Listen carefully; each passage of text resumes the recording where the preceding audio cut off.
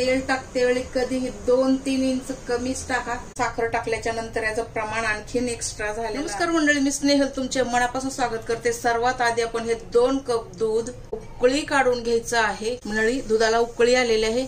आता गॅस बंद करायचा आहे. एक सपाट वाटी साखर टाकायची आहे.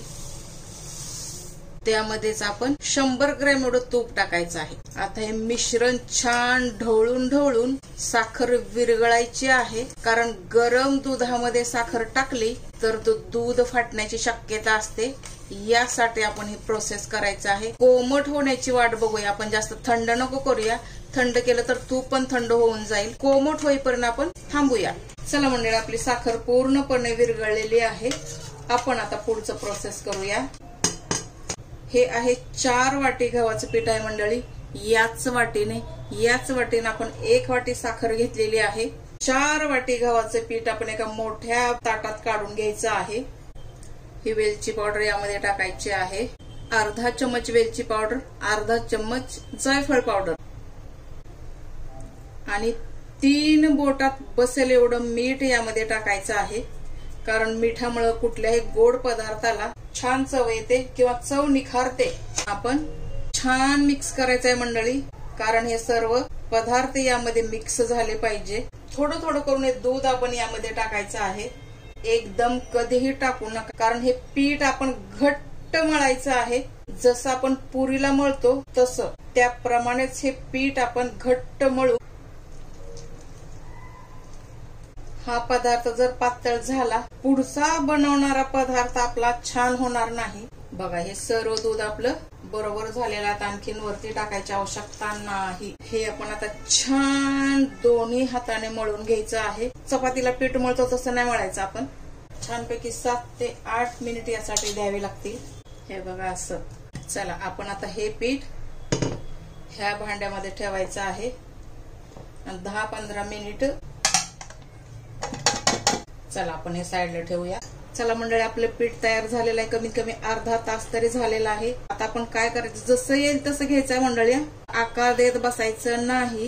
गोळा फक्त आपण बस असंच करायचं आहे आणि छानपैकी जाडसर पोळी लाटून घ्यायची आहे. आता आकार छान यावा म्हणून कापून घ्यायचे आहेत, जेणेकरून आकार छान चौकोनी येईल. समजलं मंडळी? आपल्या आवडीप्रमाणे साईज मध्ये एकच साईज येणारे असे स्क्वेअर मध्ये छानपैकी शंकरपाळे कापून घ्यायचे आहेत मंडळी. हा पदार्थ खाण्यासाठी जेवढा चांगला आहे तेवढाच बनवायला पण सोपा आहे. पण काय होतं, थोडा वेळ जातो. जाडी एवढी असावी. आता हे सर्व आपण एका प्लेट मध्ये काढून ठेवायचं आहे. आपण एकाच आकाराचे सगळे ह्याचे पेढे बनवून घेऊया. तर सर्वात आधी आपण दिवाळीच्या फराळामध्ये गव्हाच्या पिठाचे शंकरपाळे कसे बनवावे हे बघितलेलं आहे. पुढचा व्हिडिओ आपण बघूया. एक तर आपण रव्याचे लाडू बघू किंवा करंजी बघू. यामध्ये मंडळी आपण 4 वाटी गव्हाचं पीठ घेतलेलं आहे. 1 सपाट वाटी साखर घेतलेली आहे आणि 1.5 वाटी एवढं दूध घेतलेले आहे. अर्धा चम्मच जायफळ पावडर घेतलेली आहे. अर्धा चम्मच वेलची पावडर घेतलेली आहे. 3 बोटात बसेल एवढंच मीठ घेतलेलं आहे. हे आपण एकाच साईडनं लाटायचं आहे मंडळी. दोन्ही साईडनं अजिबात नको लाटूया. छोटे छोटे पोळ्या लाटून घ्यायच्या. यामुळे काय होतं, कापण्यासाठी पण आपल्याला इझी जातं, पटपट लाटता पण येतात. असं कटर नसेल तर तुम्ही काय करायचं, आता समजा तुमच्याकडे असं कटर नाहीच आहे तर तुम्ही काय करायचं, चाकूच्या साह्याने हे सर्व करायचं. चाकूच्या साह्यानं पण करू शकतो किंवा मग ते चक्री असतो बघा, हे बघा थांबा दाखवते मी. हे असं त्या चक्रीनं पण करू शकतो. चॅनल वरती नवीन असेल तर मंडळी चॅनलला सबस्क्राईब करा, बेल आयकॉन क्लिक करा. जे काय होईल, माझे येणारे व्हिडिओज सर्वात आधी तुमच्यापर्यंत येतील. जेव्हा पण आपण हे फ्राय करायचं, तेल कडकडीत गरम करून घ्यायचं. मीडियम करायचं तेल, एकदम कडकडीत तेलात जर फ्राय केलं काय होतं, पटकन पदार्थ काळा ब्राऊन असं फ्राय करून घ्यायचं आहे. बऱ्याच लोकांना असं सांगतात डॉक्टर लोक की बाबा तुम्ही मैदा खाऊ नका, सकाळी किंवा संध्याकाळी चहा बरोबर तुम्ही हा पदार्थ एन्जॉय करा. हा पदार्थ थोडा चौकोनी छान दिसतो. कापण्या असतात ना त्रिकोणी, तसं करण्यापेक्षा असं चौकोनी कापा. चला मंडळी, आता कळलं असेल ना तुम्हाला. आता आपण सर्व करूया आणि फ्राय करते वेळी भेटूया. चला मंडळी, आपल्या सर्व शंकरपाळ्या बनवून झालेल्या आहेत. 4 वाटी गव्हाच्या पिठामध्ये एवढ्या 2 प्लेट आपल्या शंकरपाळ्या बनवून झालेल्या आहेत. फ्राय करण्यासाठी आपण तेल गरम करायला ठेवूया. पॅन थोडाफार गरम झाला ना मंडळी, आपण यामध्ये तेल टाकायचं आहे. जास्त टाकलं तर जेव्हा पण आपण फ्राय करू तर तेल बाहेर येऊ शकतं. त्यासाठी पॅन पासून 2 ते 3 इंच तेल कमीच टाका. आता हे आपण छान कडकडीत गरम करून घ्यायचं आहे मिडियम हीट वरती. चला मंडळी, जोपर्यंत तेलाचा कच्चा वास जात नाही तोपर्यंत आपल्याला तेल छान कडकडीत गरम करून घ्यायचं आहे. गरम केल्याच्या नंतर गॅस आपण स्लो करायचा आहे आणि त्यानंतर आपण हे आपले शंकरपाळे मध्ये टाकायचे. टाकताना फार काळजी घ्यायची मंडळी, जेणेकरून तेल हातावर येणार नाही याची आपण काळजी घ्यायची आहे. आणि फ्राय करताना कधी असं पसरट भांड घ्या, यामुळे काय होतं असं फिरवायला बरं पडतं आपल्याला. हे बघा, पूर्ण ब्राऊन रंग आला तर आपण पलटी करायचा आहे. हा पदार्थ आपला जाडा बनवलेला आहे ना, तर हे पण काळजी आपण घ्यायची आहे की आतपर्यंत फ्राय झाला पाहिजे.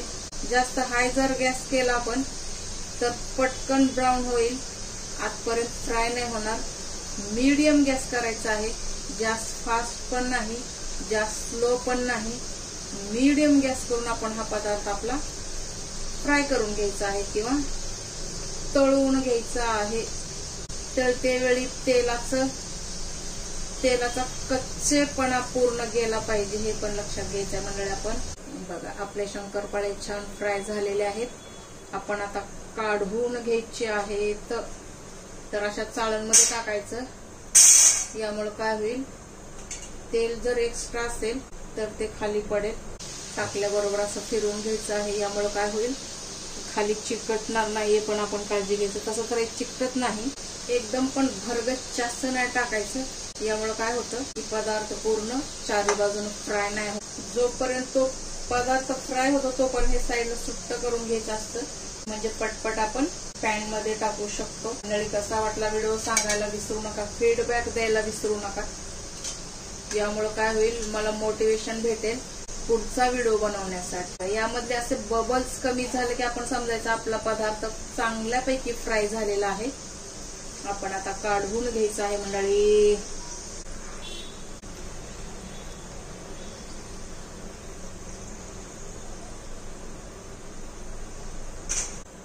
चला मंडळी, आता तुम्हाला कळलं असेल ना मी हा पदार्थ कसा बनवला आहे ते.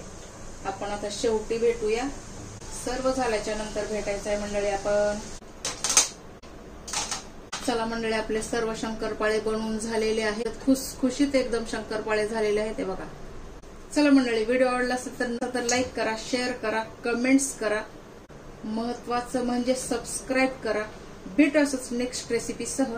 तोपर्यंत स्वस्त राहा, मस्त राहा आणि सर्वात महत्वाचं हेल्दी राहा मंडळी.